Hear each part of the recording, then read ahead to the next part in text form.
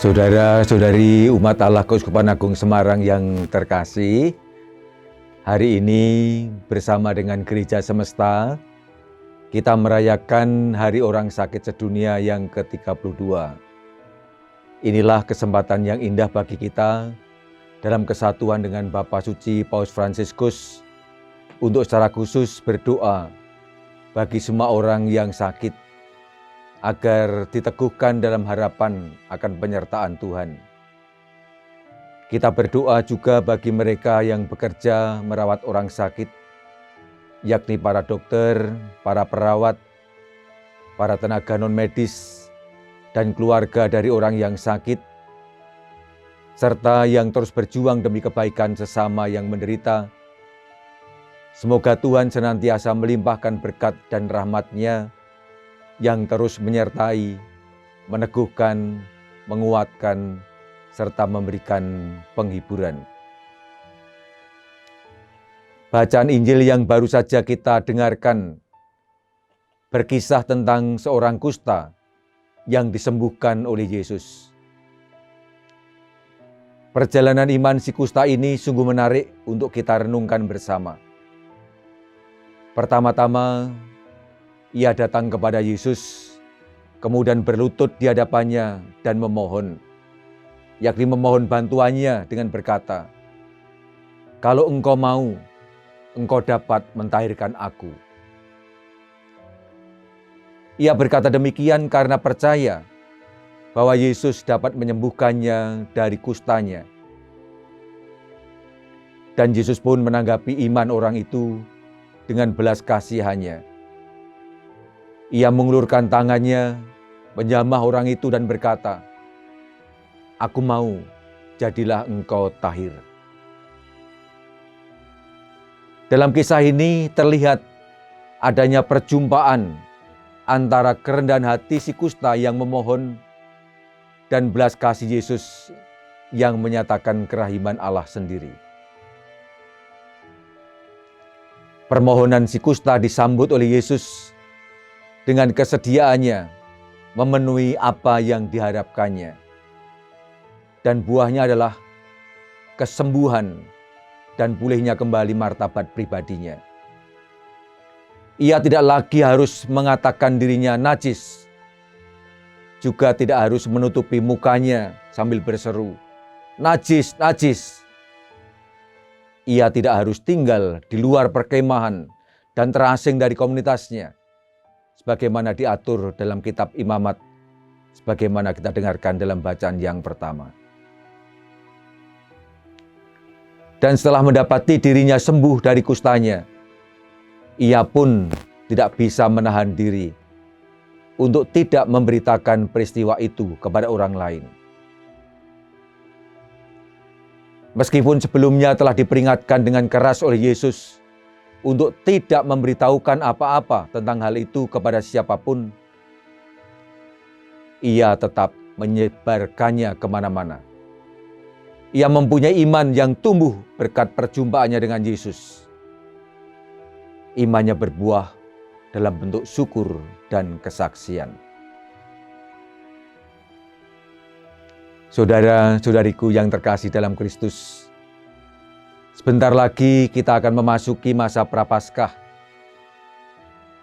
Masa khusus yang disediakan oleh gereja untuk melakukan pertobatan.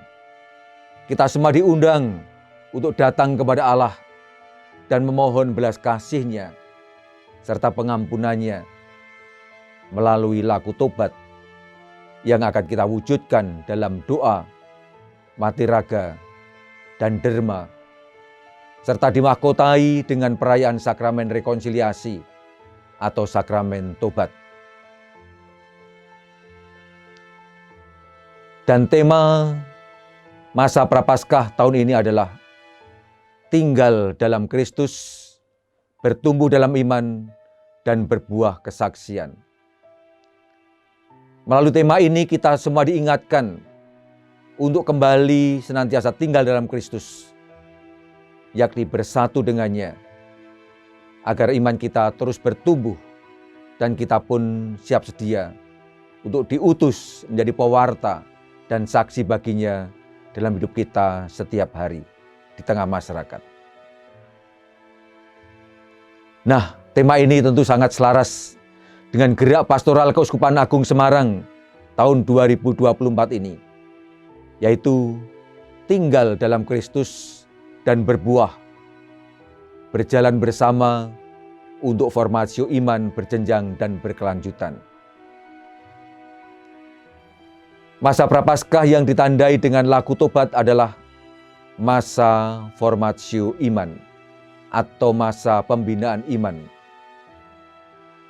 Dengan menjalani dan menghayati masa Prapaskah secara sungguh-sungguh, maka kita akan semakin erat bersatu dengan Kristus yang rela menderita sengsara dan wafat disalib demi menyelamatkan kita semua. Dan buah persatuan itu adalah iman yang terus bertumbuh dan iman yang berbuah dalam kesaksian hidup. Saudara-saudariku yang terkasih dalam Kristus, iman kepada Kristus yang terus bertumbuh berkat persatuan kita dengan Kristus diharapkan berbuah nyata dalam hidup kita setiap hari. Salah satu buah itu adalah kehadiran kita dalam menata kehidupan berbangsa dan bernegara melalui keterlibatan kita secara aktif dalam pemilu tahun ini. Karena itu pada kesempatan ini saya mengingatkan bahwa pada tanggal 14 Februari 2024, hari Rabu nanti, kita bangsa Indonesia akan menyelenggarakan pemilu Presiden dan Wakil Presiden, serta pemilu legislatif. Karena itu perlu saya tegaskan kembali bahwa kita semua yang sudah memiliki hak pilih dan sudah terdaftar sebagai pemilih tetap, wajib datang ke tempat pemungutan suara atau TPS kita masing-masing. Dan dengan bebas penuh sukacita, memberikan hak pilih dan hak suara kita. Jangan golput ya. Ampun ngantos golput ye. Jangan pernah kita memberikan suara kita untuk dibeli atau untuk kepentingan sesaat orang yang haus akan kekuasaan dan jabatan. Suara kita sangat menentukan siapa yang berhak untuk memimpin negara ini hingga 5 tahun ke depan. Satu suara kita sangat menentukan nasib bangsa kita ini. Karena itu, marilah kita tentukan pilihan kita sesuai dengan bisikan suara hati yang benar dan bukan karena keterpaksaan dan ketakutan. Sebagai landasan untuk memilih, saya mesti mengulang dan menyampaikan sekali lagi seruan para uskup Indonesia yang tergabung dalam Konferensi Wali Gereja Indonesia atau KWI, yang juga pernah saya kutip dan saya sampaikan dalam pesan pastoral akhir tahun 2023 yang lalu. Kita kutip demikian. Kami, yakni para uskup Indonesia, mendorong seluruh umat untuk terlibat aktif melahirkan para pemimpin baru yang memegang teguh Pancasila dan Undang-Undang Dasar 1945, yang menghormati kebinekaan, yang memiliki integritas atau keutuhan kepribadian, yang mengutamakan kepentingan nasional di atas kepentingan pribadi atau golongan,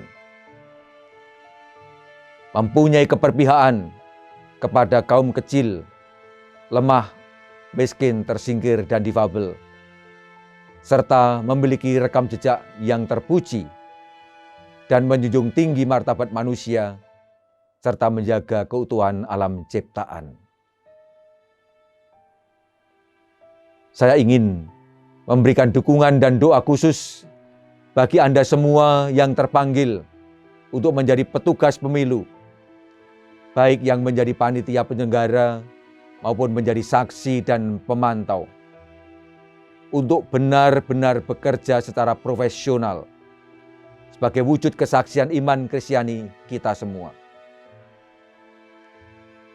Kita bekerja untuk kelancaran dan keberhasilan dalam mewujudkan pemilu yang damai, jujur, adil, transparan, berkualitas, dan bermartabat.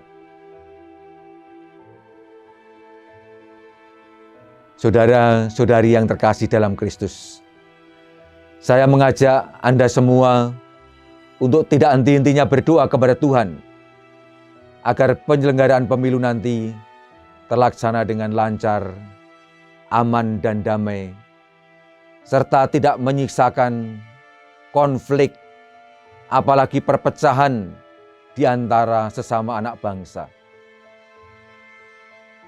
Pilihan dapat saja berbeda, namun persatuan dan persaudaraan di antara sesama anak bangsa mesti terus kita jaga dan diutamakan di atas kepentingan pribadi, kelompok, dan golongan. Saudara-saudari, marilah kita masuki masa Prapaskah dengan hati yang terbuka untuk terus tinggal dalam Kristus dan mengusahakan persatuan dengannya, agar kita terus bertumbuh dalam iman dan menghasilkan buah-buah yang nyata dalam kesaksian hidup. Akhirnya, saya sampaikan selamat berdoa, selamat berpantang, selamat berpuasa, dan berkah dalam.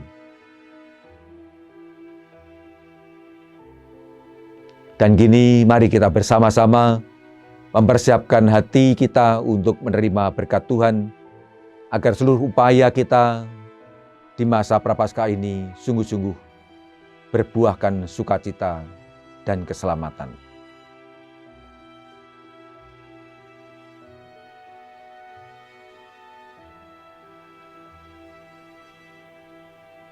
Tuhan bersamamu.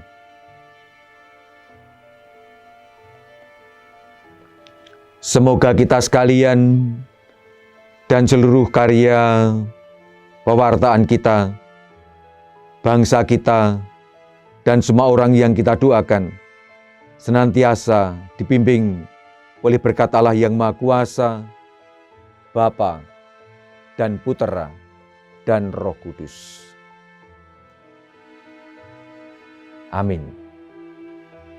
Berkah dalam.